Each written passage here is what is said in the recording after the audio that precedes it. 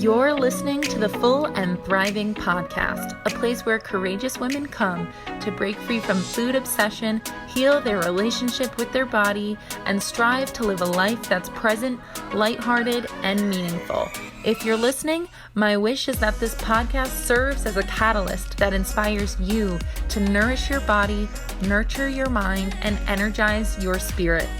I'm your host, Meg McCabe, a certified life coach and eating disorder recovery coach with a PhD in having a good time. Just kidding about that last part.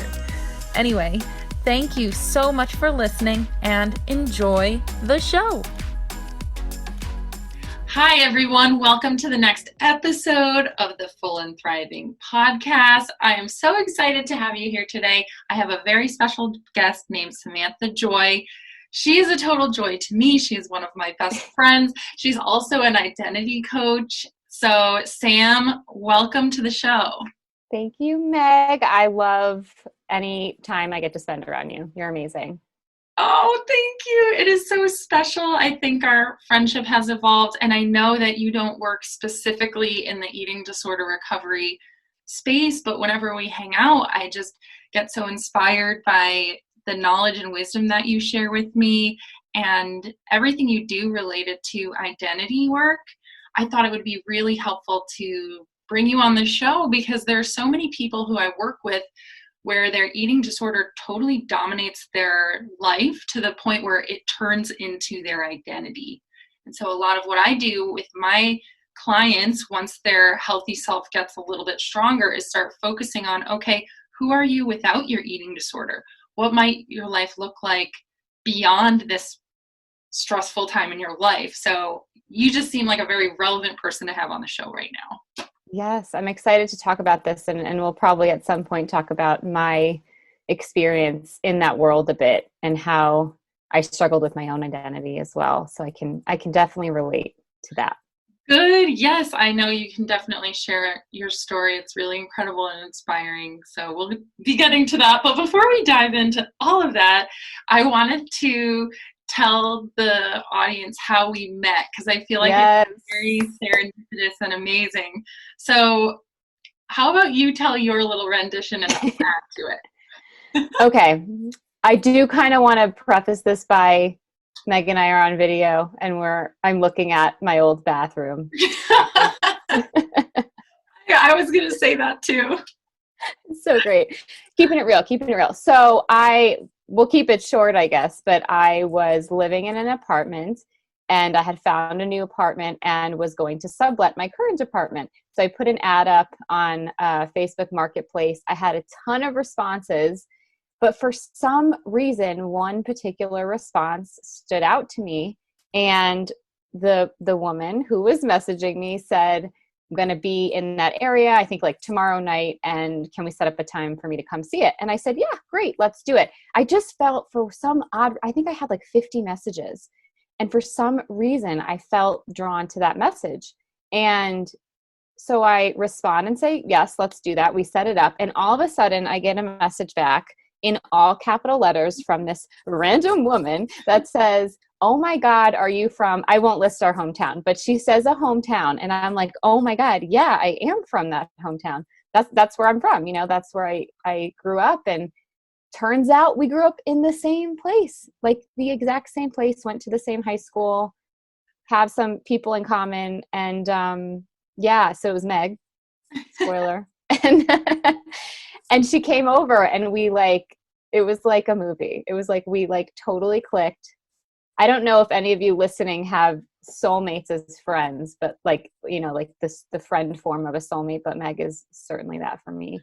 And yeah, so she lives in my old place and she sometimes dog sits my dog and she loves being there. My dog loves being there with her. And I just moved down the street. So we're like, yes, we're neighbors. That is such a cool story. I love that story. It was really a special moment. I have like these, it's almost like video memory that I know when an important person comes into my life, that was a special time.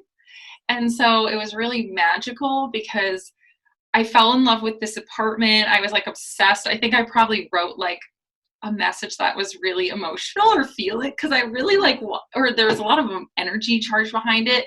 So when I reached out to you, I just looked and I saw we had 10 mutual friends on Facebook, and there were a lot of people from our hometown. And everyone listening, our hometown is a 4-hour flight away. Like, it's not like we Yeah. are in the same state that we grew up in. This is so bizarre, but we had, and also some coaching friends in common, which I was Great. blown away by. So when I came over to see the place, what also blew me away was that I found out you're also a coach.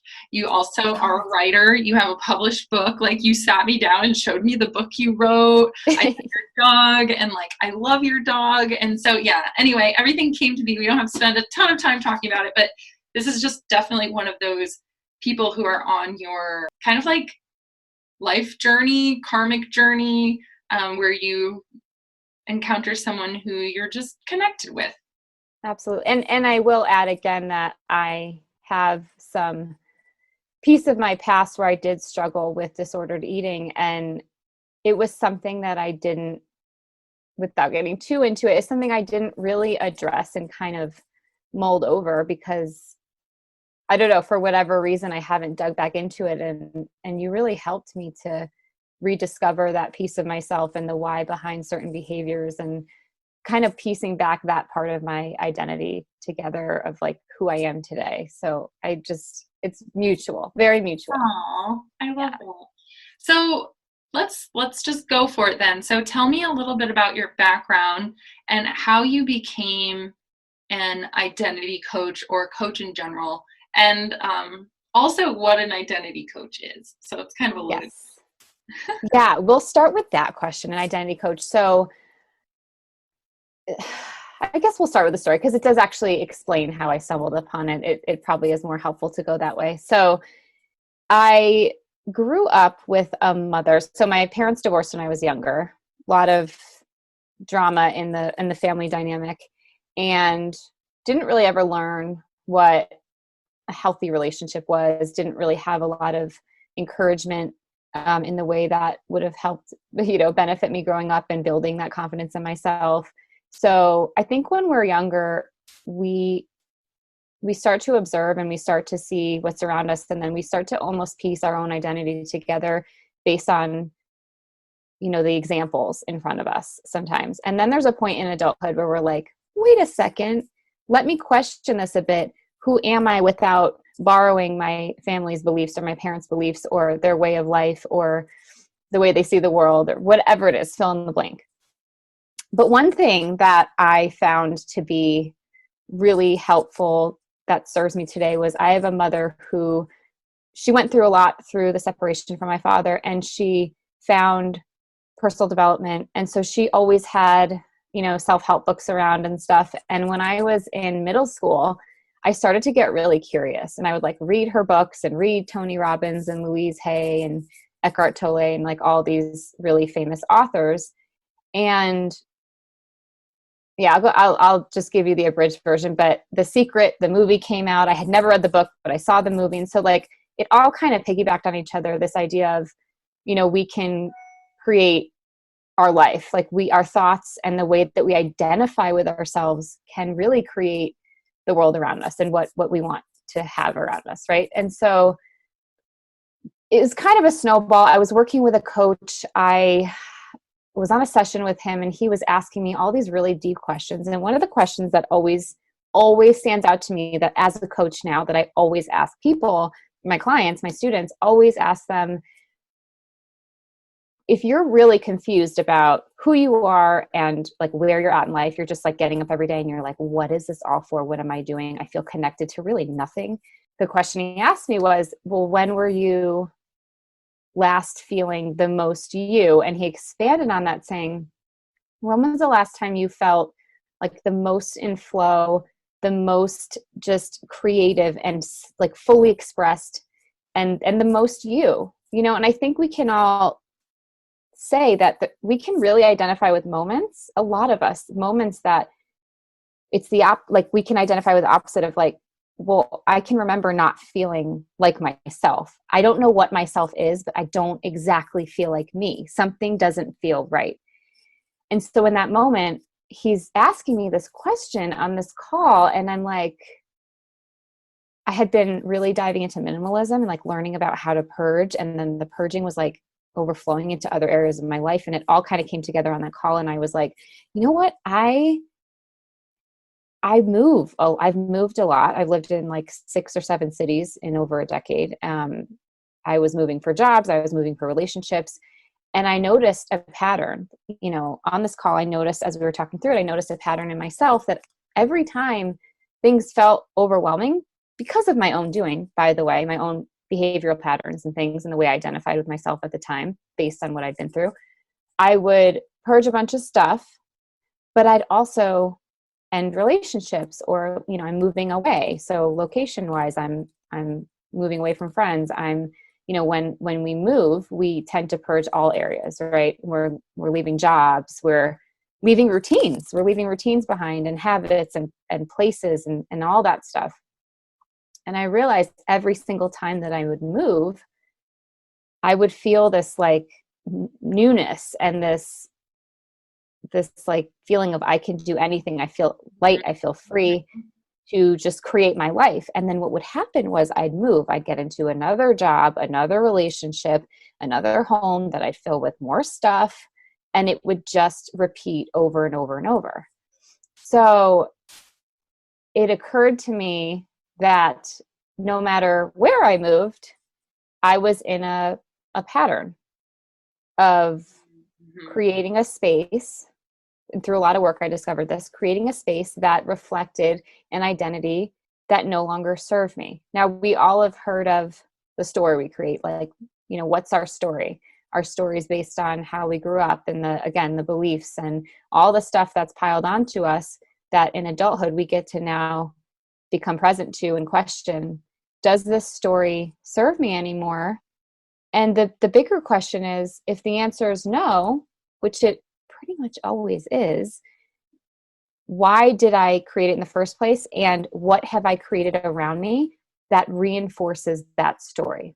And that's where the less effect comes in. The method that I use is it explores the physical environment, the social environment, and the habitual environment that we've created around us. And so identity coaching is essentially, in this context, it's, to put it simply, it's letting go of who we were to become who we are. My belief is we are born who we are. It's this outside world, these external factors that kind of get piled on top of us and hide who that core identity is. And so to feel more ourselves, we have to do the work of dismantling old beliefs and then letting go of everything that represents those old beliefs. Very powerful, very powerful. And I can really relate to your story too. And I feel called to bring this up because of what I do. You use the word purge a lot. And in my field, yes. But at first I got a little nervous when you use that word because it can be a disordered behavior. But when I was like, just allow it, just see what happens. And I wanted to just relate to it in a different way. I feel, as someone who used to have bulimia, I felt that whenever I purged, I could start fresh. I could start anew. Everything felt better. I was relieved of my guilt. I was relieved of my shame.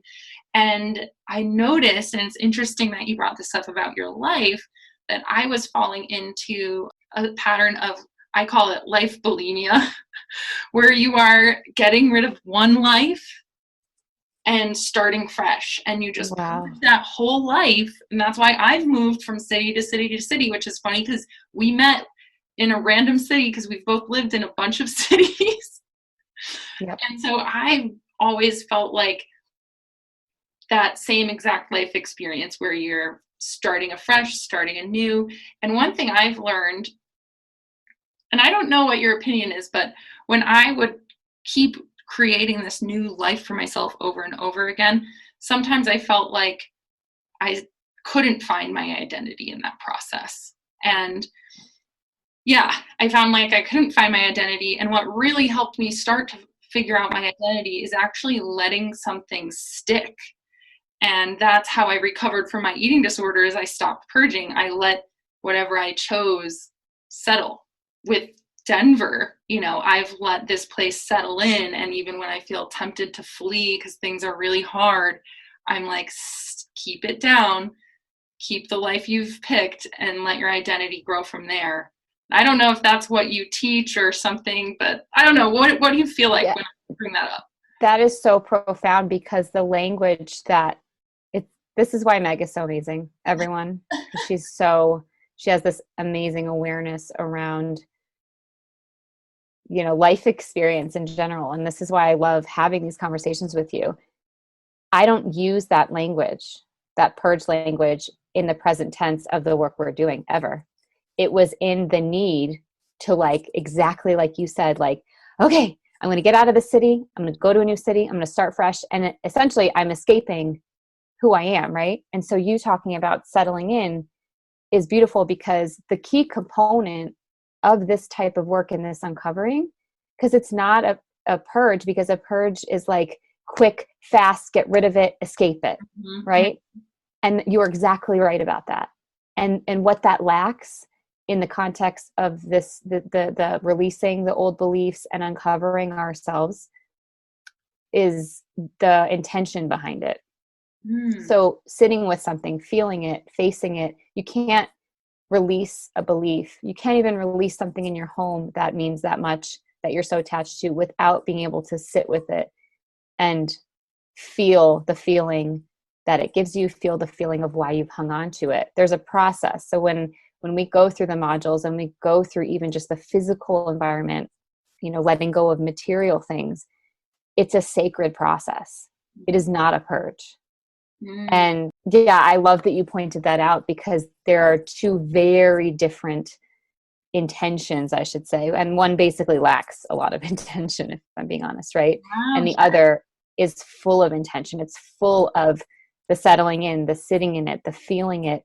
And then, only then, are we able to release things in our space, toxic relationships, certain, behavioral patterns. And it takes time, but the more that we're able to face all of that and become more intentional in releasing those things, it's this snowball effect of becoming more and more rooted in that identity of who we are. When we let go of things in our home that were once supporting an old story and an old identity, we not only free up the space for something wonderful to come in, but we reinforce all the other areas of our life that need letting go, right? We now can have the hard conversations with toxic people that we knew did not support us in our journey. And that's a huge section of this work, is the social environment, because, and I will definitely say with this area of recovery, who we have around us is paramount. And being intentional with the right support, the right intentions, the right language from people, and the right conversations, and all of that, right? You know that more than anyone. Oh yeah. When it comes to recovery, and I think we should talk a little bit about letting go. Like, there's so many beliefs that you need to let go in order to take on new beliefs that support your recovery, and even your environment, which I love that you include that. I cleaned out, by the way, you'd be so proud, like 3 bags of crap out of my apartment. Yes. I was thinking of you the whole time, and I felt so refreshed yesterday. I felt so great, more connected to me, because my space now reflects more of what I want in my life, which is less. But anyway, can you explain a little bit about why letting go is so important when it comes to figuring out who you are? I always use the analogy of, you can't see me, but if we have this baseline of who we are, right? And we're born this way. Well, what do we have piled on top of us? We have our family's beliefs and we're very impressionable, right? So we have the people we're closest to, family, friends, all those beliefs. We have education, we have media, we have society, we have all these different layers of, I call it noise, really, just noise coming at us at all times. I will say this is a very Western world thing. This may not apply to 100% of the world's population, but most of us listening, on this call right now, we can relate to the Western way of being a bit inundated by all of these things. It's like, in order to find ourselves again, we have to come head to head with those things and then be very intentional and very deliberate about what we allow and releasing those things, and understanding that every single day of every moment, we're either reinforcing the person we are or reinforcing the person that we're told we should be. Right? So the conversations we're having, when we go to buy something, why are we buying it? Are we buying it to fill a void? Are we buying it to, like replace one addiction or one habit with another, or to prove something or to feel something? Why are we filling our space that way? And so back to your question, the importance of this is really around quieting the noise. I love that analogy because we spend so much of our day, so many of us, serving others, and serving others is great. But what I mean when I say it in this context is serving others in place of ourselves. Like, we get up, we get dressed, we go to a job for someone else, sell their product, sell their service, fulfill their demands, come home. We might have a spouse that we have to also fulfill demands to, and kids. And a lot of us live in that cycle. So it's like, well, when are we actually creating time and space and, to put the energy back into ourselves and the focus back into ourselves? Because I can't tell you how many people, like, we don't have conversations with ourselves to really check in and say, like, how was your day? How are you feeling? Do you want to do this next thing you're going to do? Do you want to go this next place you're going to go? And being able to quiet that noise allows us to check back in. It allows us to reconnect. You even saying, I got rid of all this stuff. I love what you said, that you felt more connected to yourself.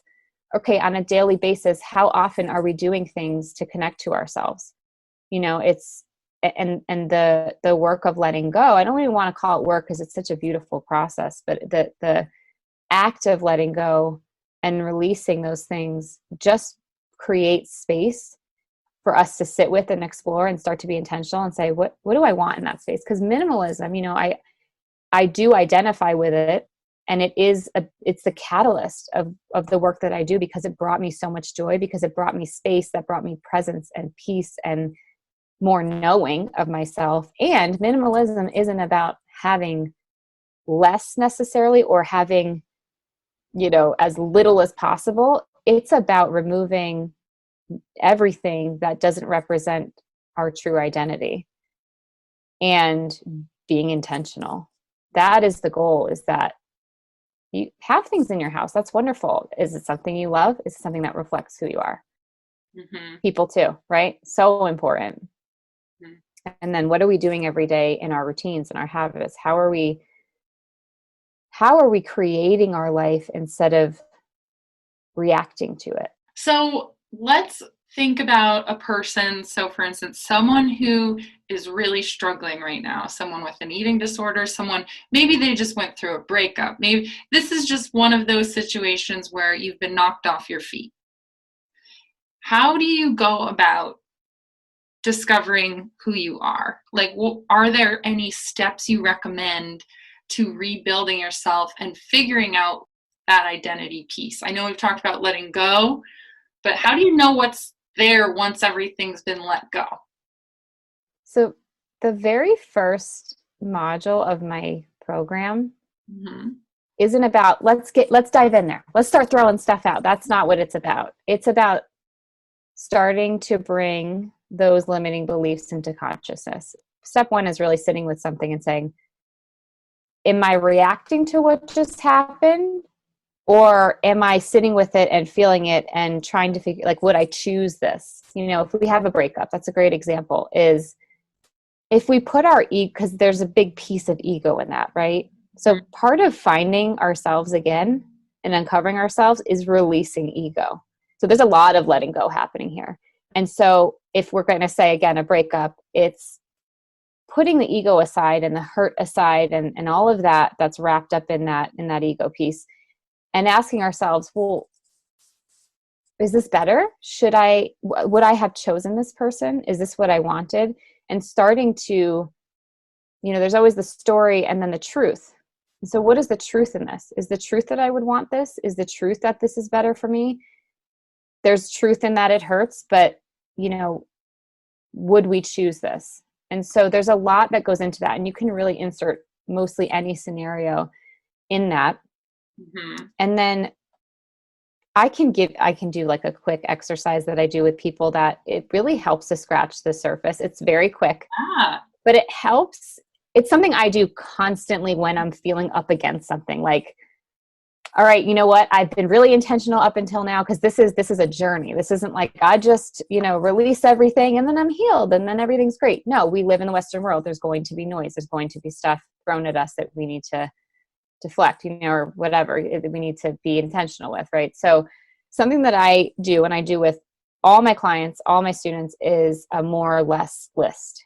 And you take a piece of paper and you draw a line down the middle, and on one side, the left side, you're going to put more on the top, and on the right side header, you're going to put less. I always have people start with the less side. And the reason is, let's just get it all out there. Let's get it all out there of we very quickly, a lot of us can identify with like what we don't want in our life, and being specific, right?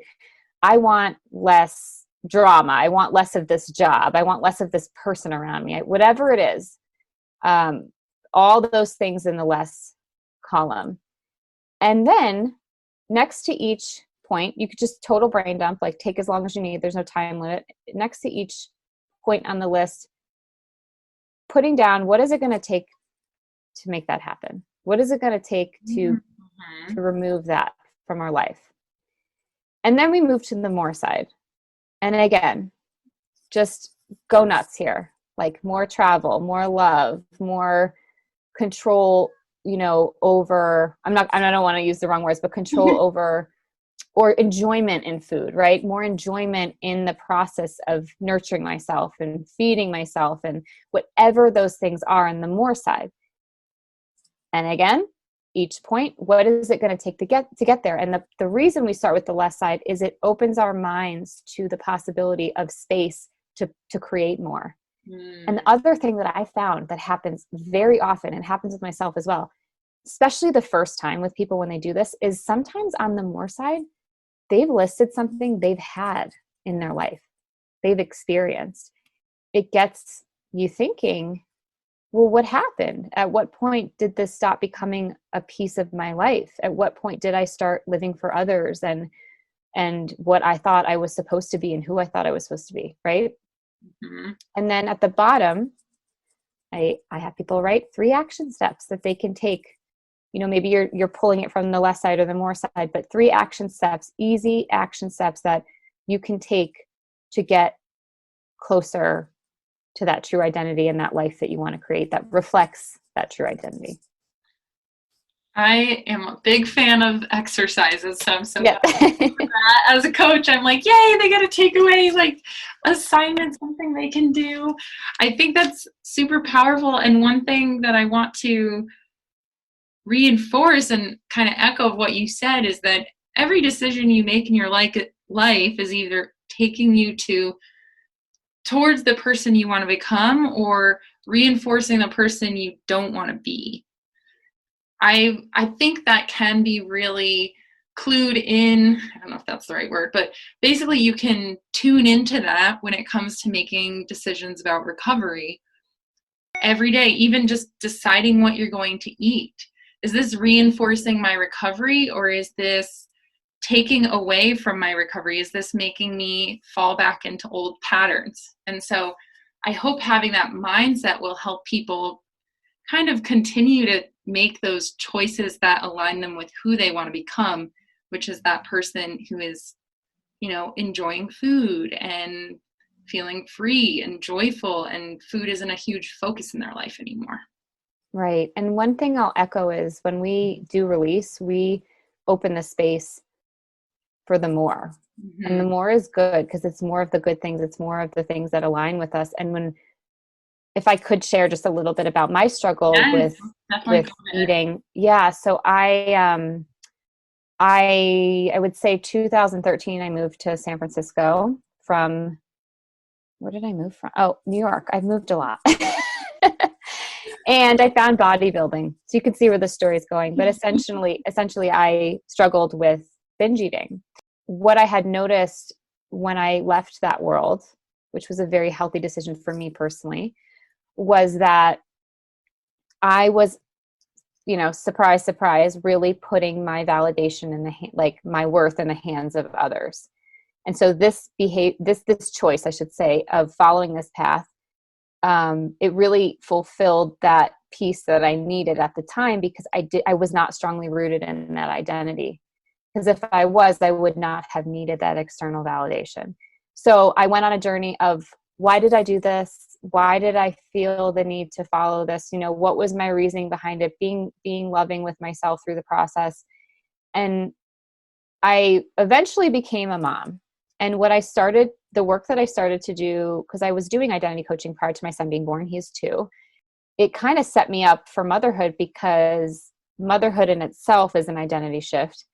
It was really important to me as a mother to break down my whys behind my behaviors. And I knew it had gotten to a point where, with my eating disorder, of missing out on so much of life. Mhm. And half of that was because I was doing those behaviors, and half of it was because I was living in a shame spiral.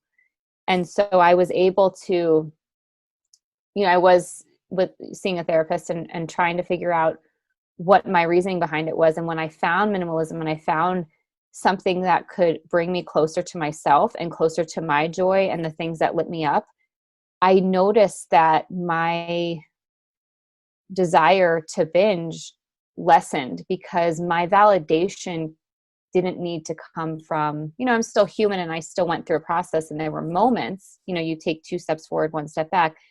But I started to really understand what it felt like to fulfill myself. Mhm. And just releasing old beliefs are going to help us adopt new, healthier, aligned beliefs. And the act of, physically, habitually, socially creating environments that reflected healthy behavior and reflected my joy. I just keep going back to the word joy because when I'm in my joy, I don't feel those urges any longer. I don't feel that need of trying to control and do. I feel okay Mhm. being, I guess. I feel present and I feel fulfilled. Yeah. And it's been a journey. It wasn't like I'm healed, it's always going to be a journey. And now in moments, I have other things to reach for. I just started private hip hop lessons, which has like been amazing. And it's like, and then I look back, I'm like, why did I put this off for so long? I'm 35 years old. Why did it take me this long? And I had dance growing up, right? And so it's just choosing ourselves. It's making the space to quiet the noise and then be like, oh, what do I want in my life? And Mhm. it's not a quick fix. It's not that easy, but it is very powerful when we create that life, when we stop all that and we make the space to create the life that fulfills us. I find that a lot of unhealthy patterns just like tend to not have that hold on us anymore as much. I love that you said that. I always kind of fall into this mind of solution oriented steps. I'm like, okay, so Sam's going to walk us through like how she conquered binge eating, and then you simplify it, which is literally your brand. So good job. It's like you're just like, I just reached for things that brought me joy, and my binge eating had less power over me because I was more satisfied in the life I was creating for myself. And I love that. I think that is just so beautiful.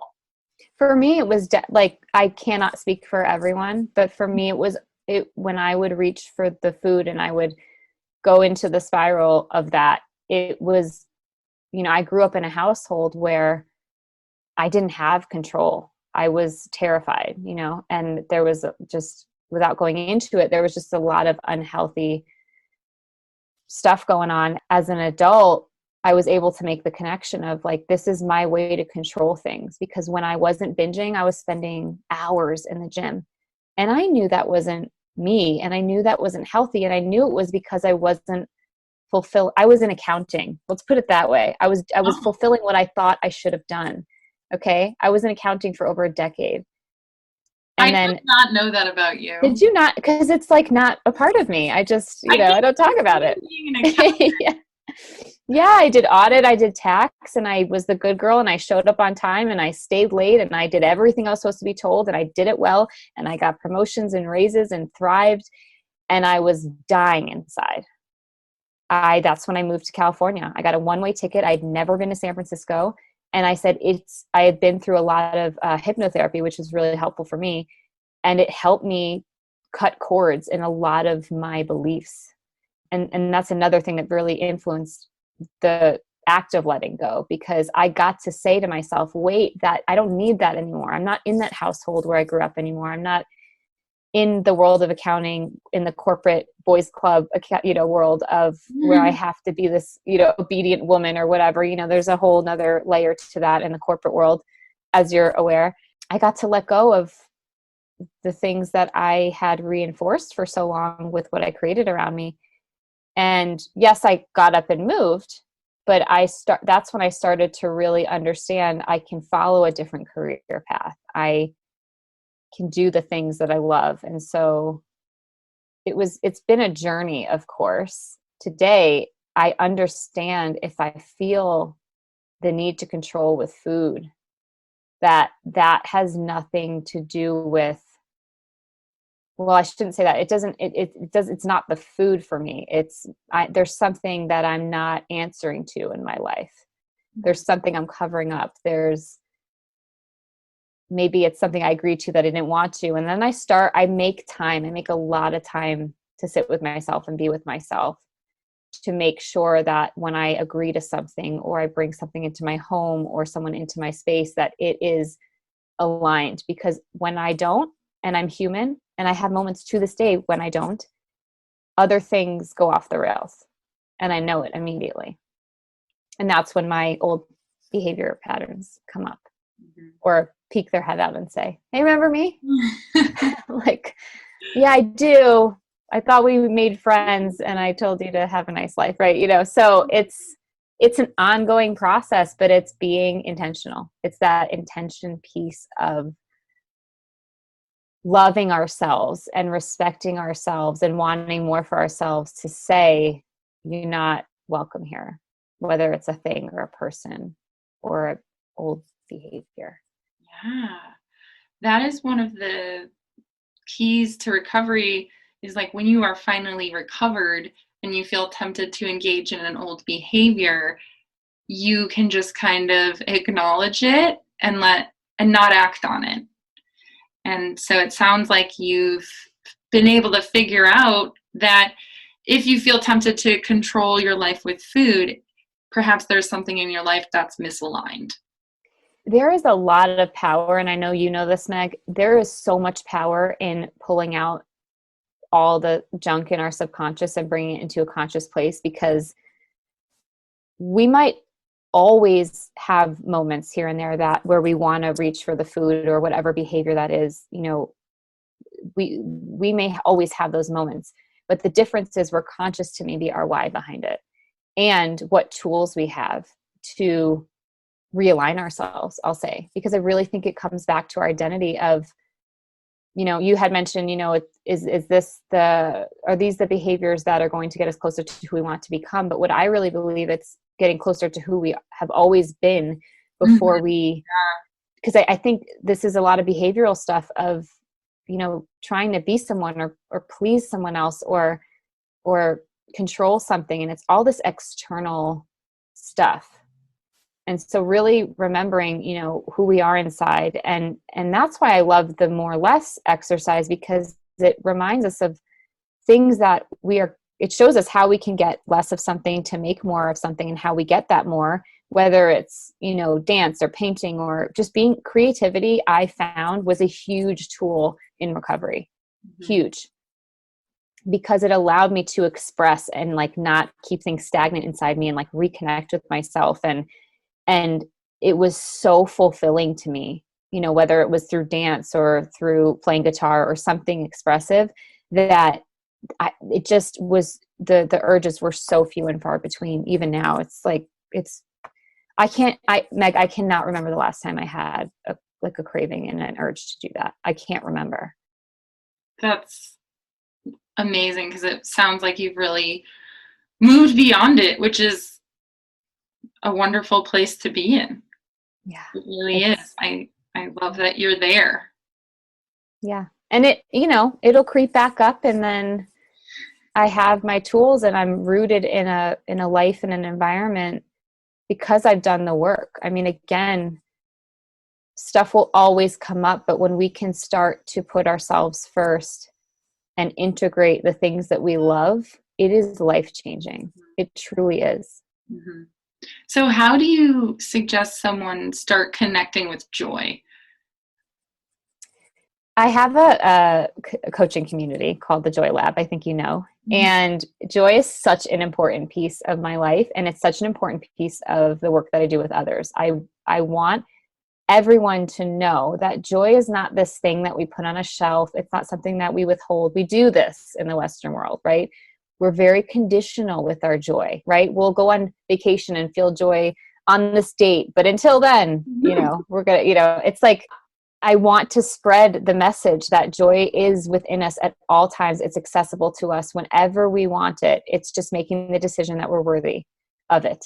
It's always that first step. I'm always going to go first, for that first step, which is sitting with what we've created and becoming conscious to, it's such an important piece of it, of becoming conscious to, well, what is joy to us? Why did we stop feeling it? And how can we bring in more of it? And something I'll bring up about you, Meg, and I know this because Meg's like down the street from me, and we'll in the middle of our work days, because we work from home, it's like, do you want to go for a walk? And just finding little pieces in the day of, if you can't off the top of your head think of when the last time you made space for joy, sit down, make a list. What brings you joy? Nature, friends, laughter, comedy, whatever the things are, whatever they are. Okay.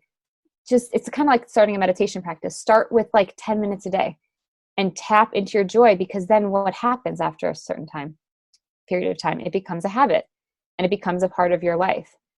And then there's a point where, whether we're an entrepreneur or whether whatever we're struggling with or whatever our life looks like, that the joy enhances other things. So while we might sit here, again, this is how we're conditioned here in this world we live in, is that, well, if I do that, it will take away time from work, or take away time from this person or that person, or take away time from fill in the blank, when it in fact enhances the time. There is no more important person in our lives than ourselves. And if we don't start to see that and put ourselves first, nothing will change.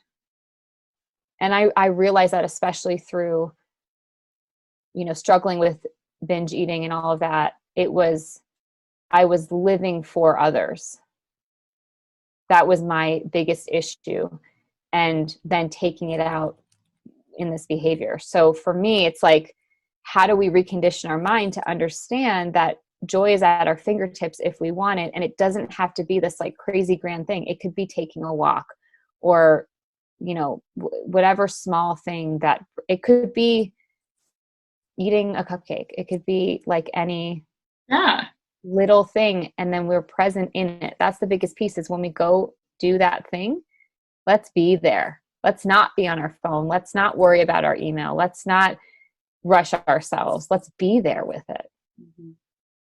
And make that as, what's the word? Not mechanical, but as automatic as brushing our teeth, right? Like, we brush our teeth in the morning. Well, this should be just as important. Mm-hmm. Yeah. I love the fact that you're just reminding us to connect to joy, and how healing joy in itself can be. Even pointing out here that joy can come from food, Mhm.